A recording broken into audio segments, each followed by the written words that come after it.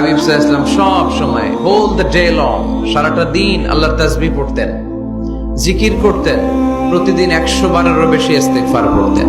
আল্লাহি ইন্নী লা আস্তাগফিরুল্লাহ ওয়া আতুবু ফিল ইয়াউমি আকসার মিন 70 মাররা। আল্লাহর শপথ, প্রতিদিন আমি 70 বারেরও বেশি তাওবা আর ইস্তিগফার পড়ি। যে নবীর কোনো গুনাহ নাই আছে? আল্লাহর হাবিবের জীবনে কোনো গুনাহ আছে?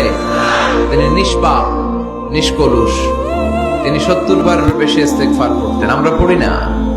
শুধু টয়লেটের সময়টা যখন আল্লাহর হাবিব সাল্লাল্লাহু আলাইহি ওয়াসাল্লাম ইস্তেনজা করতেন তখন আল্লাহর নাম নিতে পারতেন না, তাই ইস্তেনজা থেকে বের হয়েই পড়তেন গফরানাক, মানে আল্লাহ ক্ষমা করে দাও। গফরানাক মানে কি? আল্লাহ ক্ষমা করে দাও। এই যে এতটুকু সময় তোমার তাসবিহ পড়তে পারলাম না, আল্লাহ তুমি আমার উপর রেগে যেও না, তুমি আমারে ক্ষমা করে দাও। এজন্য আমরা যেন সবসময় বেশি বেশি ইস্তেগফার করি।